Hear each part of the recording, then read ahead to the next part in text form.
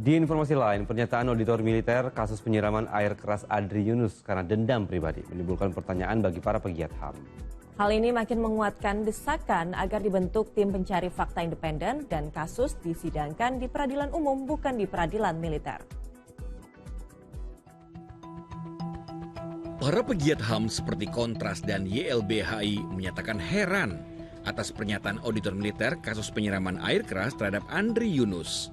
Penyidik militer menyatakan motif pelaku adalah dendam pribadi. Seolah-olah ini adalah dendam pribadi. Itu hal yang sangat tidak masuk akal. Urusan apa Andri dengan 4 orang ini? Apakah hutang piutang atau apa, itu nggak ada. Dan ini merupakan modus lama. Kalau ada operasi-operasi seperti ini diarahkan hanya biasanya pada dendam pribadi.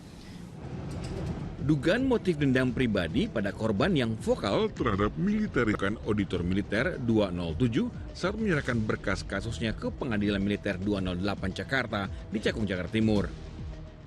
Untuk motif sampai dengan saat ini yang kami dalami melalui berita acara pemeriksaan bahwa motif yang dilakukan oleh para terdakwa ini masih dendam pribadi terhadap saudara AY ini.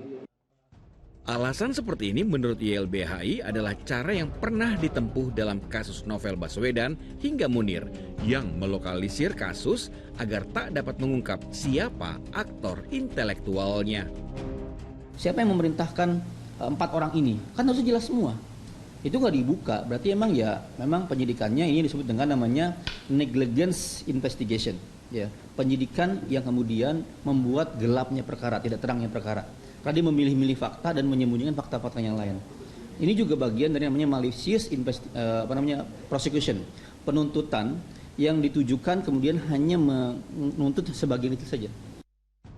Rasa ketidakpercayaan proses hukum Andri juga disuarakan kawan-kawan dan kolega Andri Yunus. Jumat siang mereka mendatangi Istana Kepresidenan membawa surat yang ditulis oleh Andri Yunus kepada Presiden Prabowo Subianto. Sebagai korban dari kekerasan prajurit militer, saya meminta Bapak Presiden Republik Indonesia untuk segera membentuk TGPF dan memutuskan bahwa kasus ini semestinya diselesaikan di peradilan umum.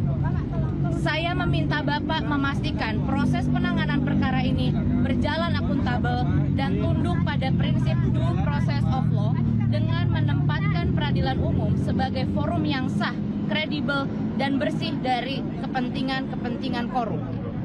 Bukan semata tentang diri saya, melainkan tentang komitmen negara dalam melindungi warganya dan menjunjung hukum secara adil. Salam Andri Yunus.